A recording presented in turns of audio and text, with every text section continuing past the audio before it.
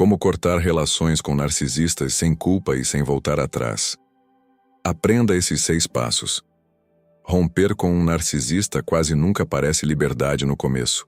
Parece culpa, parece medo, parece que o erro foi seu. E esse é o ponto em que tantas pessoas caem.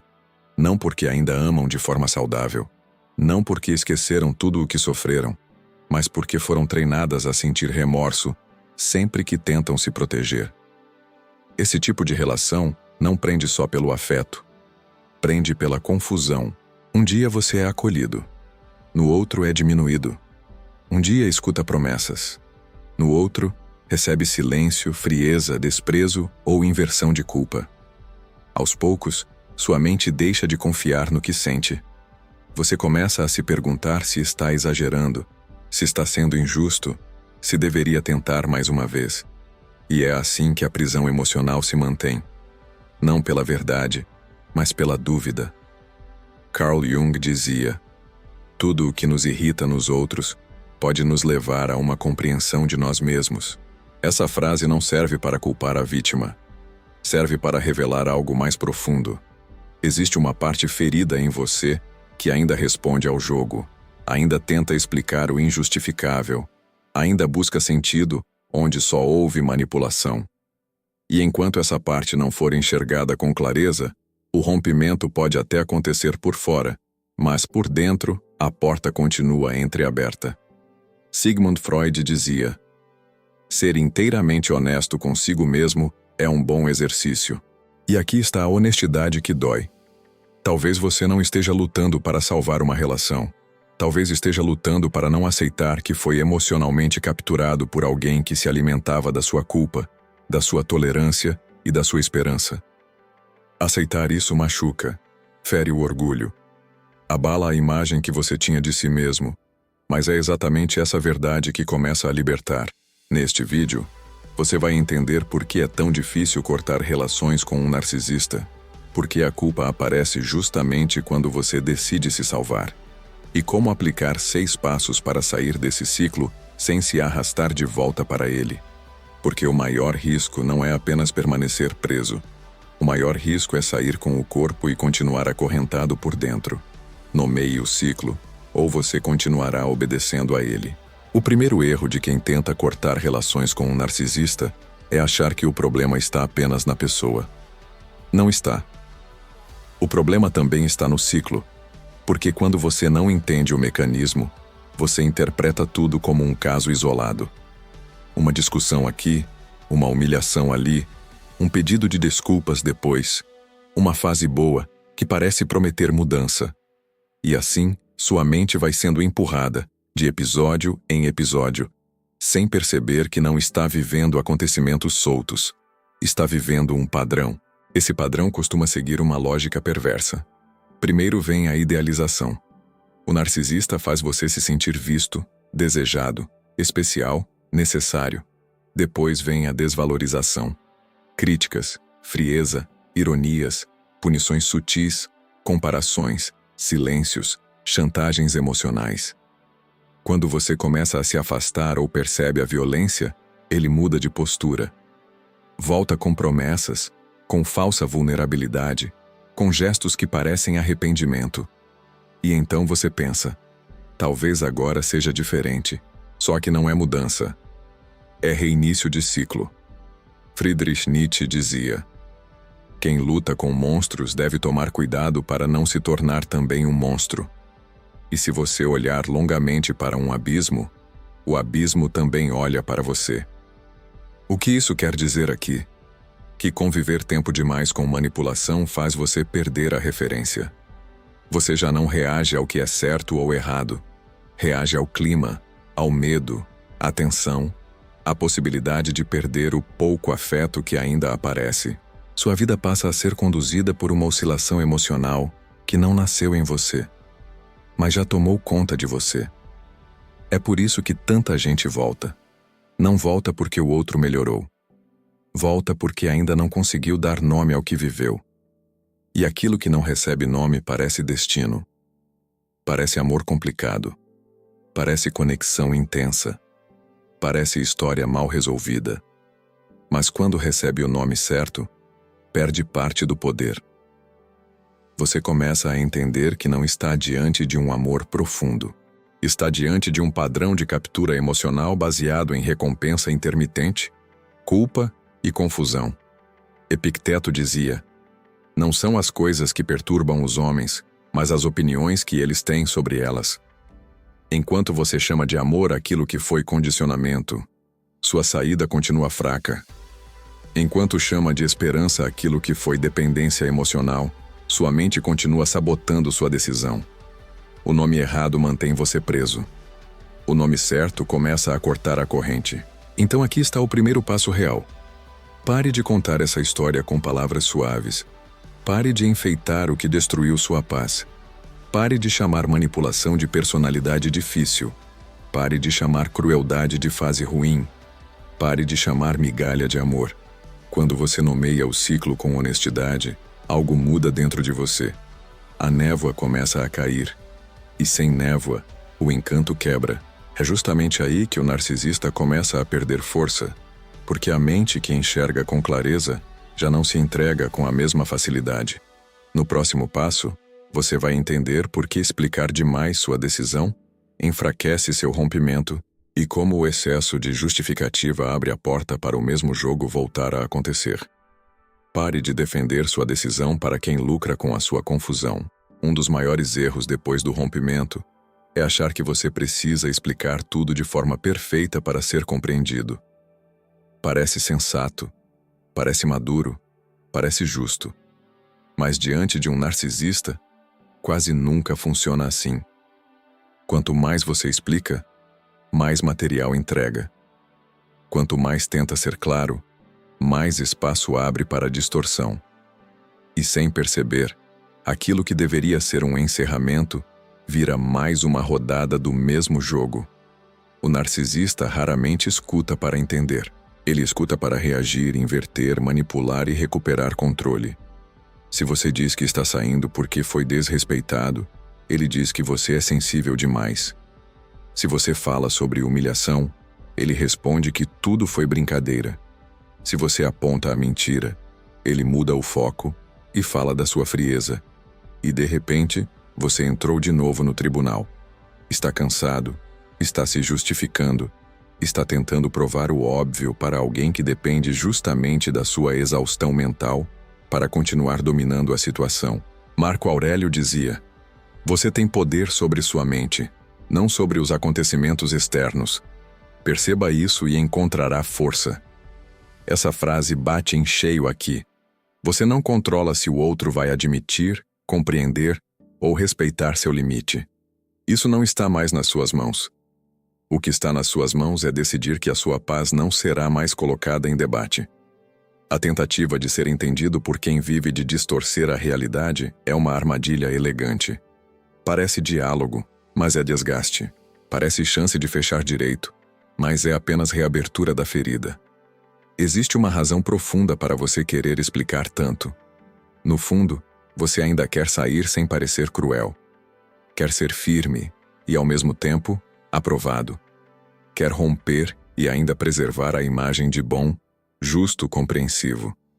Só que essa combinação quase nunca sobrevive a relações manipuladoras, porque quem manipulou você até aqui vai usar justamente a sua necessidade de parecer correto como ponto de entrada para puxá-lo de volta. Sigmund Freud dizia: as emoções não expressas nunca morrem.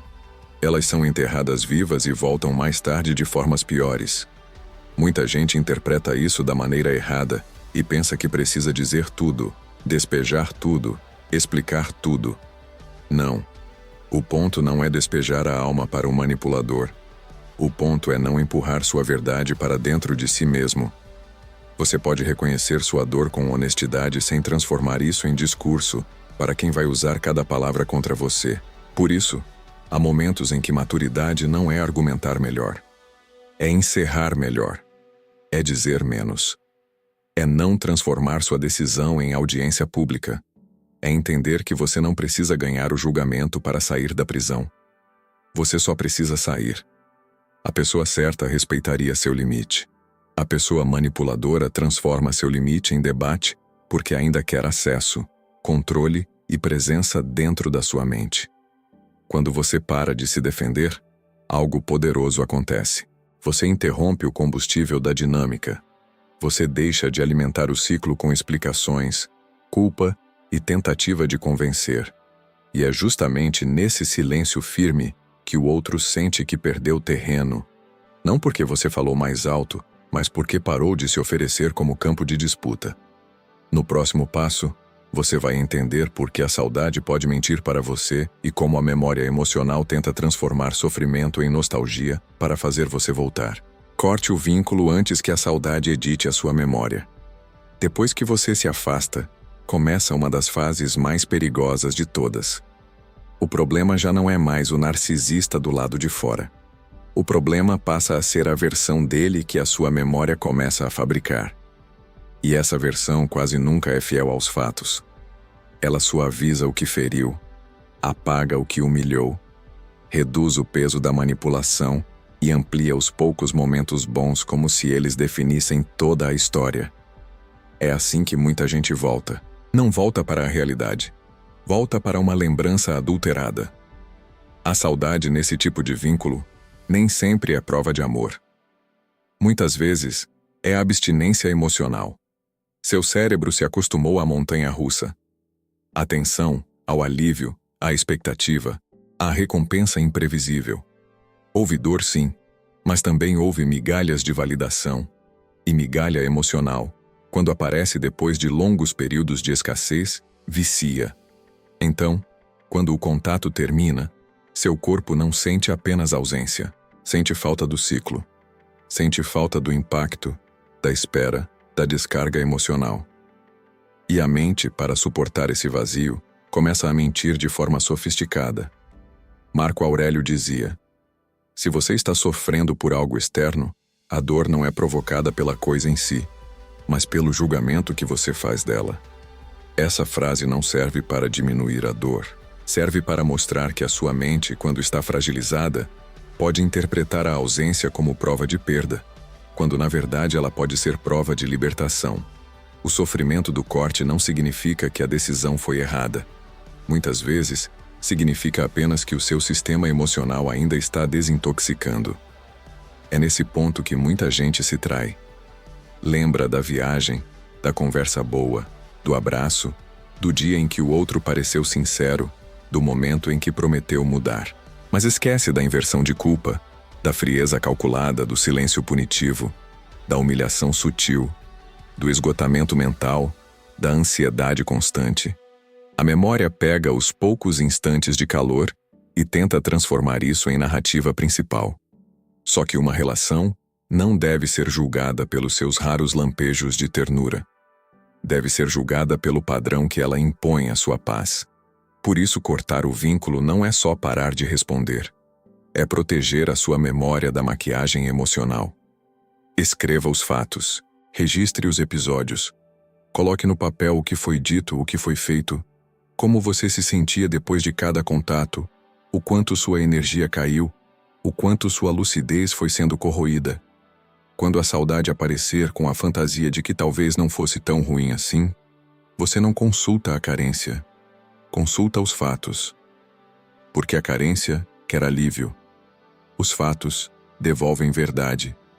Esse passo exige firmeza, porque a mente ferida prefere uma mentira confortável a uma verdade que corta. Mas se você não vigiar sua memória, a recaída começa muito antes da mensagem. Ela começa dentro da narrativa que você aceita contar para si mesmo. E quem muda a narrativa sem mudar os fatos, prepara o próprio retorno ao lugar de onde jurou sair. No próximo passo, você vai entender por que sentir culpa não significa que você está errado e como continuar firme, mesmo quando a consciência emocional tenta sabotar a sua libertação. Aceite que a culpa pode continuar e corte mesmo assim. Aqui está uma verdade que quase ninguém fala com clareza. Você pode tomar a decisão certa e ainda assim se sentir culpado. E é justamente isso que confunde tanta gente. Porque, no imaginário comum, se a decisão fosse realmente correta, ela traria paz imediata, alívio instantâneo, sensação de vitória. Só que não funciona assim quando você passou tempo demais sendo condicionado a trair a si mesmo para manter o outro confortável. A culpa, nesse caso, não surge como sinal de erro, surge como reflexo de um treinamento emocional. Você se acostumou a ceder para evitar conflito, a suportar para não parecer ingrato, a silenciar para não ser chamado de difícil, a voltar para não carregar o peso da separação. Então, quando finalmente decide romper, seu sistema interno reage como se você tivesse cometido uma falha moral. Mas, na verdade, você apenas parou de obedecer a um padrão antigo. Como já dizia Friedrich Nietzsche, torna-te quem tu és. Essa frase parece simples, mas aqui ela tem peso real. Porque cortar uma relação destrutiva não é apenas perder alguém, é deixar de ser a versão de si mesmo que vivia para remendar o caos alheio, justificar o injustificável e sobreviver com migalhas emocionais. A culpa aparece porque uma parte sua ainda está presa ao papel antigo. E toda vez que você abandona um papel que sustentou por muito tempo, algo dentro de você resiste. É por isso que você precisa entender uma coisa com firmeza. Culpa não é bússola moral confiável quando sua história foi marcada por manipulação. Em ambientes saudáveis, a culpa pode até apontar excesso, egoísmo ou falta de reparação. Mas em vínculos abusivos, ela frequentemente aparece quando você faz exatamente o que precisava ter feito há muito tempo. Ela não denuncia crueldade, denuncia desapego do velho padrão.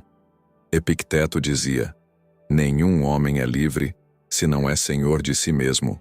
E aqui está o centro do problema. Enquanto sua paz depender de não desagradar quem o feriu, você ainda não é senhor de si. Enquanto a sua decisão precisar ser aprovada por quem sempre distorceu seus limites, você ainda está amarrado. A liberdade começa quando você suporta o desconforto de não ser entendido, de ser mal interpretado, de ser acusado, e ainda assim permanece firme. Esse passo exige maturidade, porque obriga você a parar de tratar desconforto como prova de erro. Nem tudo o que dói está errado. Nem tudo o que pesa deve ser evitado. Há dores que machucam porque estão arrancando de você uma velha submissão. Há culpas que aparecem não porque você foi injusto, mas porque, pela primeira vez, deixou de se abandonar. Então, quando a culpa vier, não a transforme em ordem. Observe, nomeie, suporte e siga. Não tente correr de volta para aliviar a sensação, porque o alívio rápido pode ser só a volta para a mesma prisão. O que você está construindo agora não é conforto imediato, é dignidade. E dignidade, no começo, muitas vezes custa caro para quem passou tempo demais vendendo a própria paz em troca de aceitação. No próximo passo, você vai entender por que força de vontade sozinha não basta, e como criar um ambiente que impeça recaídas quando a fragilidade emocional tentar abrir a porta de novo.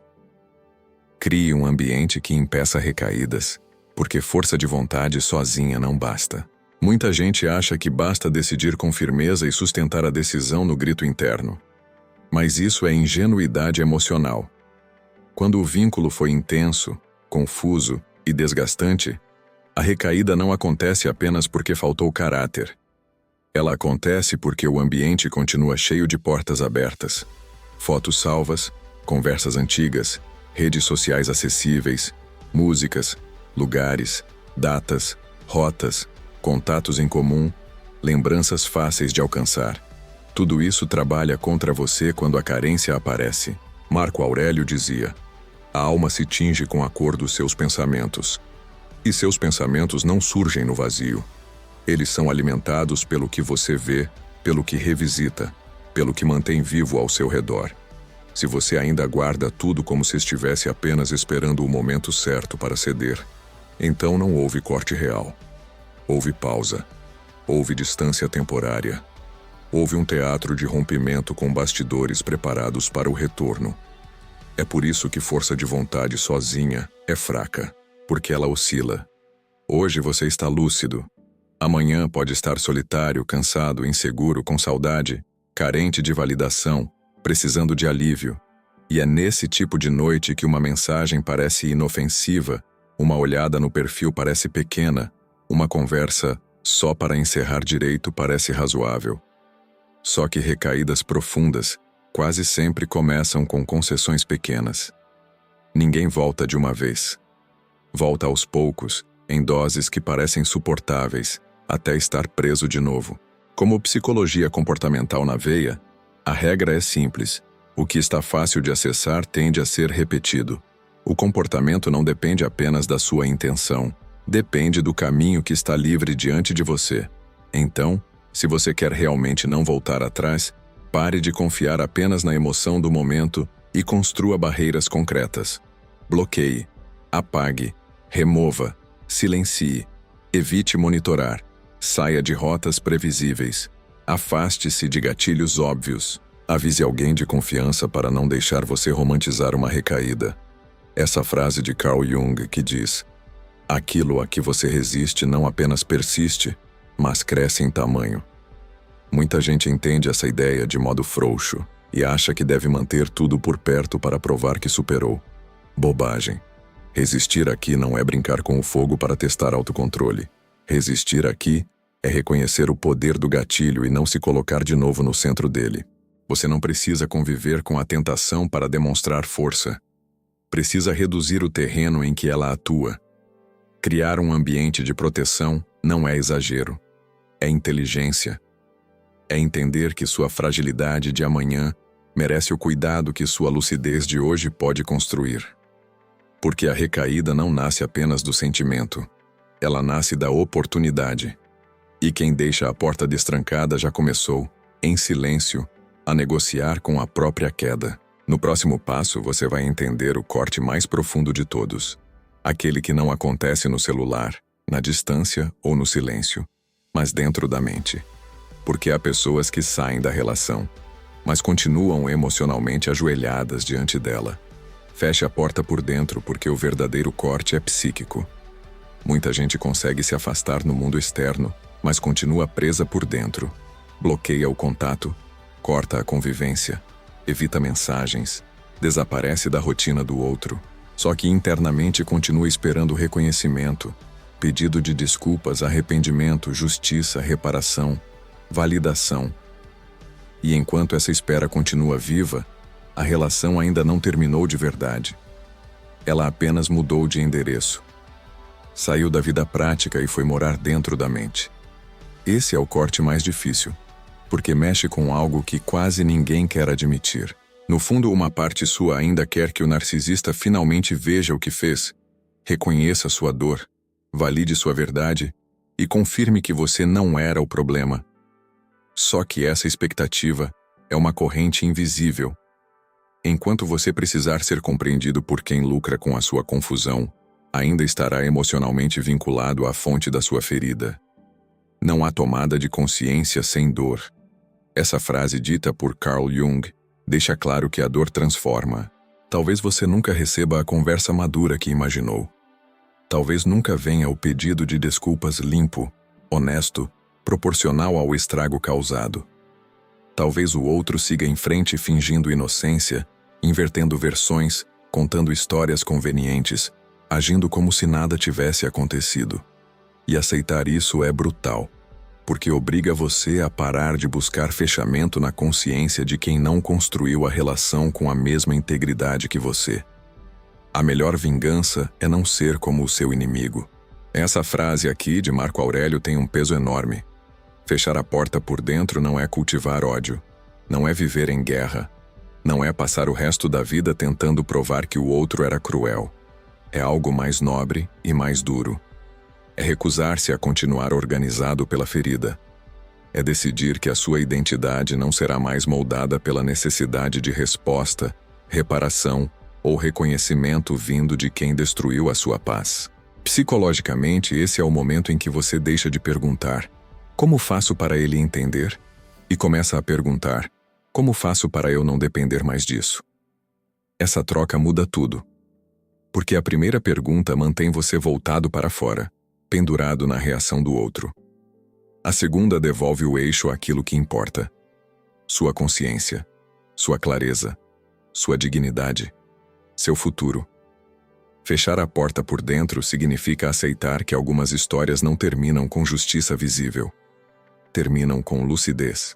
Terminam quando você para de oferecer energia mental para alguém que já recebeu tempo demais da sua vida. Terminam quando a lembrança deixa de comandar suas escolhas. Terminam quando a imagem do outro já não dita seu valor, suas emoções e sua necessidade de explicação. E aqui está a verdade final. O narcisista perde poder de verdade, não quando você vai embora apenas com o corpo, mas quando vai embora também com a alma. Quando já não espera, já não implora internamente, já não fantasia reconciliações morais, já não precisa ser absolvido por quem nunca teve intenção de ser justo. Esse é o corte definitivo.